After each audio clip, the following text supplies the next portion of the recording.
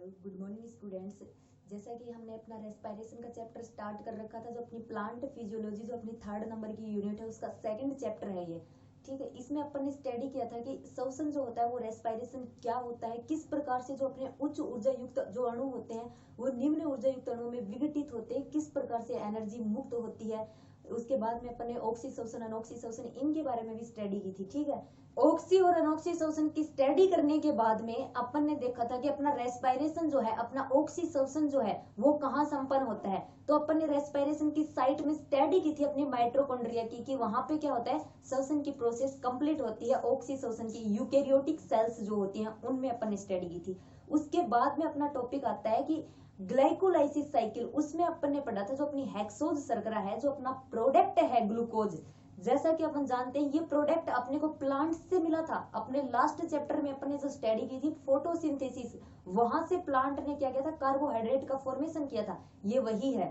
फिर क्या होता है, ग्लाइकोलाइसिस से उसका विघटन होता है। उसके विघटन से क्या होता है, उसके विघटन से अपने को 2 पायरुविक अम्ल के मोलिक्यूल्स मिलते हैं, जिनका क्या हुआ था, वायवीय ऑक्सीकरण हुआ था। उसके वायवीय ऑक्सीकरण से अपने को प्रोडक्ट मिला था एसिटाइल कोएंजाइम ए। वो एसिटाइल कोएंजाइम ए कहाँ पे चला गया था, क्रेब्स साइकिल में गया था। और क्रेब्स साइकिल कहाँ कंप्लीट हो रही थी, वो अपने माइटोकॉन्ड्रिया में कंप्लीट हो रही थी। और अपना ग्लाइकोलाइसिस जो है वो अपने कोशिका द्रव्य में कंप्लीट हो रहा था। यहाँ तक अपने पढ़ा था। उसके बाद में अपने इलेक्ट्रॉन ट्रांसपोर्ट सिस्टम के बारे में पढ़ा था। अब मैं यहाँ आपको मैं ये बात इसलिए बता रही हूँ क्योंकि अपना जो नेक्स्ट अब जो टॉपिक होगा वो है पेंटोज फॉस्फेट पथ। ठीक है, पेंटोज फॉस्फेट पथ या फिर हेक्सोज मोनोफॉस्फेट परिपथ। अब मैं बताऊं आपको ये परिपथ क्या है। ये परिपथ वो परिपथ है, कुछ जीव जो बाकी जितने भी जीव होते हैं सजीवों में क्या होता है, सामान्य पथ पाए जाते हैं। सामान्य पथ कौन से, सामान्य पथ हो गए ग्लाइकोलाइसिस पथ और अपना क्रेब साइकिल। ठीक है, ऑक्सीकरण के ये सामान्य पथ प्रेजेंट होते हैं। बट कुछ सजीवों में क्या होता है, इन दोनों परिपथों की जगह पर एक अन्य वैकल्पिक परिपथ पाया जाता है। उस वैकल्पिक परिपथ को ही क्या बोला गया है, पेंटोज मोनोफॉस्फेट परिपथ बोला गया है, हेक्सोज मोनोफॉस्फेट परिपथ बोला गया है। ठीक है, कहाँ कंप्लीट होता है, वो भी अपने कोशिका द्रव्य में ही कंप्लीट होता है। दूसरी बात, उसको पेंटोज फॉस्फेट परिपथ क्यों बोला गया है, क्योंकि जो अपनी ग्लूकोज जो होती है, अपनी जो शर्करा होती है, उस शर्करा का विघटन एक मध्यवर्ती 5 कार्बन युक्त परमाणु के द्वारा होता है। उस मध्यवर्ती 5 कार्बन परमाणु के द्वारा जो अपनी जो अपनी शर्करा जो होती है उसका विघटन होने के कारण अपन उसको क्या बोलते हैं, अपन उसको बोलते हैं हेक्सोज मोनोफॉस्फेट परिपथ या पेंटोज फॉस्फेट परिपथ। ओके, क्लियर यहाँ तक। तो आगे अपन देखेंगे जो ये अपना वैकल्पिक पथ है जो ग्लाइकोलाइसिस और क्रेब्स साइकिल की जगह पर पाया जाता है। उस पथ, वो पथ जो है वो किस प्रकार से उसमें रिएक्शंस कंप्लीट होती हैं, कौन से साइंटिस्ट ने दिया था और कितनी रिएक्शन उसमें भाग लेती हैं, कितने एटीपी का फॉर्मेशन होता है, उन सब चीजों की अपन स्टडी करेंगे। जो ये पेंटोज मोनोफॉस्फेट परिपथ था, इसकी सबसे पहले स्टडी की थी 2 साइंटिस्ट थे। उन्होंने 1938 में 1938 में इसके बारे में बताया था, जिसका नाम था वारबर्ग और डिकिंस। इन 2 साइंटिस्टों ने इसकी स्टडी की थी। बट इसकी जो रिएक्शन है, जो पेंटोज मोनोफॉस्फेट या हेक्सोज मोनोफॉस्फेट जो अपना परिपथ है, इसकी सारी की सारी रिएक्शंस की स्टडी जो थी वो एक अलग साइंटिस्ट था उसने की थी, जिसका नाम था रेकर ने 1954 में जो इस अपनी पेंटोज मोनोफॉस्फेट जो अपना परिपथ है इसकी सारी की सारी रिएक्शंस की स्टडी की थी।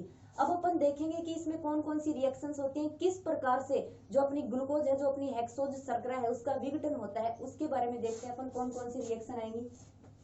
तो अपना जो ये पेंटोज मोनोफॉस्फेट परिपथ है इसकी फर्स्ट रिएक्शन, इसमें फर्स्ट स्टेप में होगा ग्लूकोज का फॉस्फोरिलीकरण। ग्लूकोज का फॉस्फोरिलीकरण।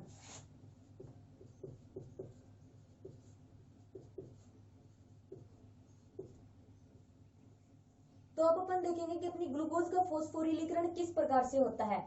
अब जिस प्रकार हम ऑक्सी श्वसन की स्टडी कर रहे थे, उस ऑक्सी श्वसन में तो क्या हुआ था, जो अपनी ये ग्लाइकोलाइसिस साइकिल स्टार्ट हो गई थी। ग्लाइकोलाइसिस साइकिल में अपना जो ग्लूकोज था उससे पायरुविक अम्ल का फॉर्मेशन हो गया था। बट यहाँ पे ये वैकल्पिक पथ है, कुछ सजीवों में पाया जाता है। ग्लाइकोलाइसिस और क्रेब साइकिल की जगह पे उनमें ये पेंटोज मोनोफॉस्फेट परिपथ कंप्लीट होता है।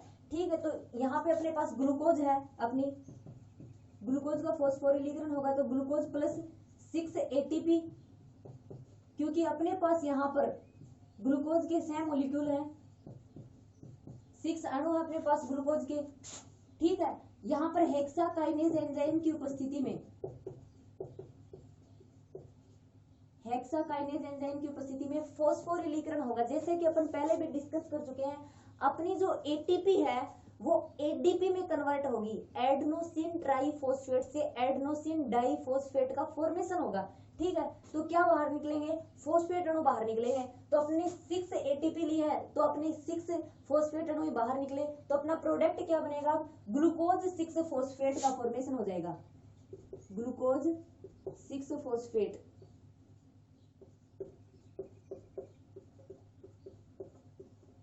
ठीक है, क्योंकि जो फॉस्फेट अणु बाहर निकले थे वो ग्लूकोज के 6 नंबर कार्बन पर अटैच हो गए, इसलिए इसका नाम अपन ने क्या दिया है, ग्लूकोज 6 फॉस्फेट। प्लस अपने पास क्या आ गया, अपनी एटीपी जो थी वो एडीपी में कन्वर्ट हो गई अब, क्योंकि फॉस्फेट अणु ग्लूकोज के साथ में अटैच हो गए। तो यहाँ पे अपनी एडीपी, अपने पास यहाँ पे ग्लूकोज 6 फॉस्फेट के भी 6 अणु हैं। ये तो हो गया अपना फर्स्ट स्टेप, ग्लूकोज का फॉस्फोरिलीकरण। अब सेकंड स्टेप में क्या होगा, अपना जो प्रोडक्ट आया है, ये प्रोडक्ट है ग्लूकोज 6 फॉस्फेट। इस ग्लूकोज 6 फॉस्फेट का ऑक्सीकरण होगा, ग्लूकोज 6 फॉस्फेट का ऑक्सीकरण।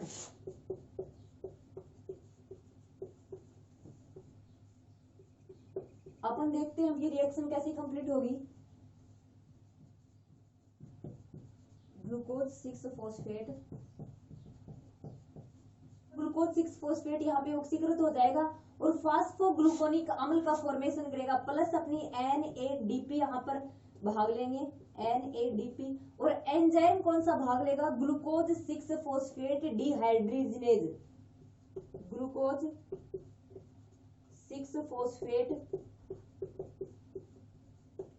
डिहाइड्रोजिनेज। ओके, अब यहाँ पे अपना प्रोडक्ट क्या है, फास्फोग्लूकोनिक अम्ल। प्रोडक्ट बनेगा अपना 6 फास्फोग्लूकोनिक अम्ल,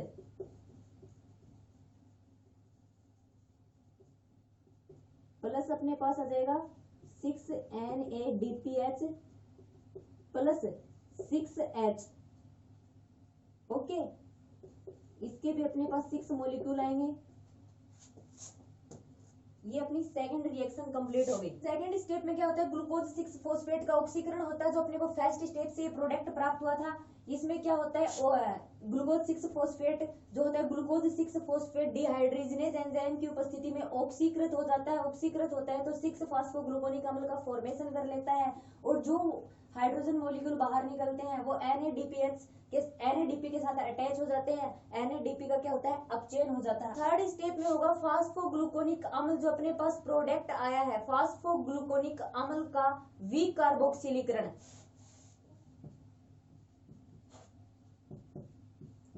ग्लूकोनिक अम्ल का ऑक्सीकारी विकार्बोक्सिलीकरण।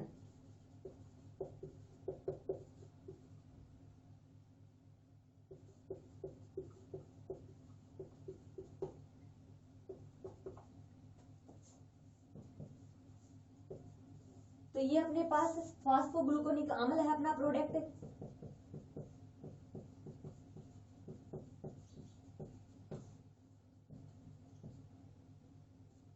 प्लस अपनी NADP आएगी अपने पास, क्योंकि यहाँ पे ऑक्सीकरण हो रहा है।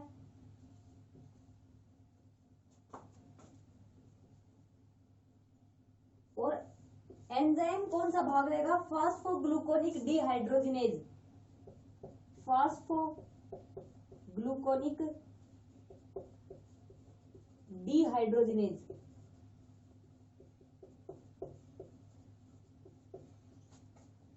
जब सेकंड स्टेप में अपन ग्लूकोज 6 फॉस्फेट का ऑक्सीकरण कर रहे थे, ग्लूकोज 6 फॉस्फेट के ऑक्सीकरण से अपन एंजाइम भाग में ले रहे थे glucose 6 phosphate dehydrogenase. Okay clear. अब जब अपन फास्फोग्लूकोनिक अम्ल का ऑक्सीकरण कर रहे हैं तो अपन क्या एंजाइम, अपने एंजाइम का नाम क्या होगा, फास्फोग्लूकोनिक डिहाइड्रोजिनेज एंजाइम। ओके अब इसका ऑक्सीकरण हो रहा है तो अपने पास प्रोडक्ट बनेगा राइबुलोज 5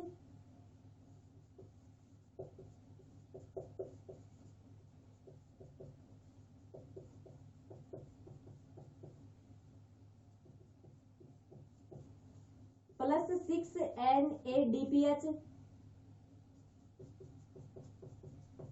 प्लस CO2। यहाँ पे भी 6 मोलिक्यूल होंगे। तो ये हो गए अपने तीनों के तीनों जो अपनी तीनों की तीनों रिएक्शन थी वो कंप्लीट हो गई। लास्ट में अपने पास प्रोडक्ट क्या आया है, जो अपना 5 कार्बन युक्त है राइबोलोज 5 मोनोफॉस्फेट।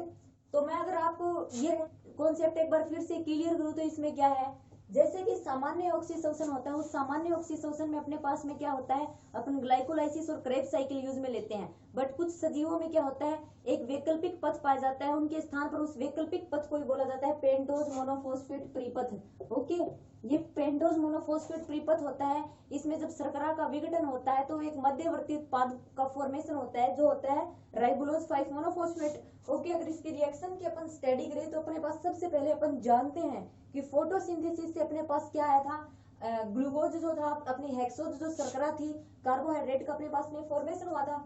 अब ग्लूकोज जो होती है उसका फॉस्फोरिलीकरण होता है, उसका फॉस्फोरिलीकरण होता है तब ग्लूकोज हेक्साकाइनेज एंजाइम भाग लेता है और 6 ATP जो होते हैं वो ADP में कन्वर्ट हो जाते हैं और जो फॉस्फेट अणु बाहर निकले हैं वो ग्लूकोज के 6 नंबर कार्बन पर अटैच हो जाते हैं, इसीलिए इसका नाम ग्लूकोज 6 फॉस्फेट हो जाता है। अब नेक्स्ट जो स्टेप है उसमें ग्लूकोज 6 फॉस्फेट का ऑक्सीकरण हो रहा है, ग्लूकोज 6 फॉस्फेट का ऑक्सीकरण हो रहा है जिसमें ग्लूकोज 6 फॉस्फेट डिहाइड्रोजिनेज एंजाइम भाग ले रहा है। और किसका फॉर्मेशन हो रहा है, 6 फॉस्फोग्लूकोनिक अम्ल का फॉर्मेशन हो रहा है। अब जैसा कि इसमें डिहाइड्रोजिनेज हो रहा है तो ये अपना NADP है, इसका अपचयन हो रहा है जिससे क्या हो रहा है, जो मॉलिक्यूल्स हाइड्रोजन आयन के बाहर निकल रहे हैं वो इसके साथ अटैच हो गए और किसका फॉर्मेशन हो गया, 6 NADPH का फॉर्मेशन हो गया। अब नेक्स्ट रिएक्शन में क्या होता है, जो फास्फोग्लूकोनिक अम्ल जो होता है अपना उसका ऑक्सीकारी विकार्बोक्सिलीकरण होता है। जब इसका अपन ऑक्सीकरण कर रहे थे तो एंजाइम का नाम था ग्लूकोज 6 फॉस्फेट डिहाइड्रोजिनेज। जब अपन फास्फोग्लूकोनिक अम्ल का ऑक्सीकरण करेंगे तो इस एंजाइम का नाम हो जाएगा फास्फोग्लूकोनिक डिहाइड्रोजिनेज एंजाइम। यहाँ पर भी NADP है, इसका अपचयन होगा, यहाँ पे भी NADP है, बस प्रोडक्ट का क्या होगा, डिफरेंस होगा। यहाँ पे राइबोलोज 5 मोनोफॉस्फेट का फॉर्मेशन होगा। यहाँ पे भी अपनी तीनों की तीनों रिएक्शन कंप्लीट, अपना जो पेंटोज मोनोफॉस्फेट परिपथ था उसका। अब बात कर लेते हैं, जैसा कि अपन ने क्रेब्स साइकिल भी पढ़ी थी तो एंड अपन ने ग्लाइकोलाइसिस साइकिल भी पढ़ी थी, तो अपन ने देखा था कि कितने ATP का फॉर्मेशन होता है लास्ट में। तो इसमें भी अगर पेंटोज फॉस्फेट परिपथ में भी अपन स्टडी करें तो पूरी की पूरी जो अपनी ये साइकिल है, इस साइकिल में अपने पास 12 NADPH जो मॉलिक्यूल होते हैं, 12 NADPH मॉलिक्यूल का फॉर्मेशन होता है। ठीक है, इनका फॉर्मेशन हो गया। अब अपन जानते हैं कि जो एक NADPH है वो कितने ATP के बराबर होता है, 3 ATP के बराबर होता है, और जो एक FADH होता है वो 2 ATP के बराबर होता है। तो इसमें पूरे 12 NADPH2 का फॉर्मेशन हुआ है। तो कितनी ATP हो गई अपने पास, 12 × 3। ठीक है, तो अपने पास टोटल आ गई 36 ATP, 36। तो इस पूरी की पूरी पेंटोज मोनोफॉस्फेट परिपथ में अपने को कितने ATP मिले हैं, 36 ATP का अपने पास फॉर्मेशन हुआ है। और अपना जो ये राइबोलोज मोनोफॉस्फेट अपना 5 कार्बन युक्त जो मध्यवर्ती उत्पाद होता है, ये उत्पाद कई पदार्थों का फॉर्मेशन करता है, संश्लेषण करता है, जैसे DNA का, RNA का, कोएंजाइम्स, ATP, FAD, इन सारी की सारी चीजों का संश्लेषण करने का काम किसका होता है, राइबोलोज मोनोफॉस्फेट का होता है। ठीक है, ये अपना पथ यहाँ पे कंप्लीट हो जाता है। तो अब जो एक और पथ बच जाता है अपना, अपनी बुक में दे रखा है, उसका सिर्फ थोड़ा सा इंट्रोडक्शन दे रखा है।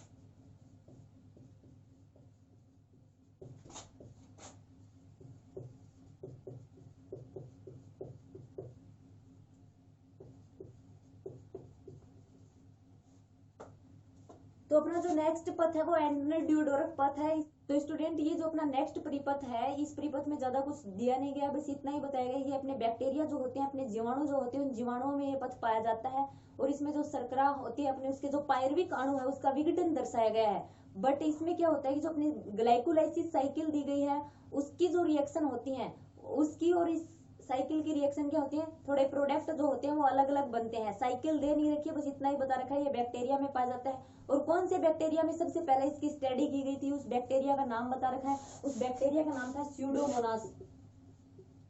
स्यूडोमोनास जीवाणु। तो यहाँ पर तो अपनी जितनी भी साइकिल थी, वो सारी की सारी साइकिल जो होती है वो कंप्लीट हो जाती हैं। अब नेक्स्ट आगे अपने सिर्फ 1-2 टॉपिक बचे हैं, उसके ऊपर अपन स्टडी करेंगे अपने नेक्स्ट वीडियो में।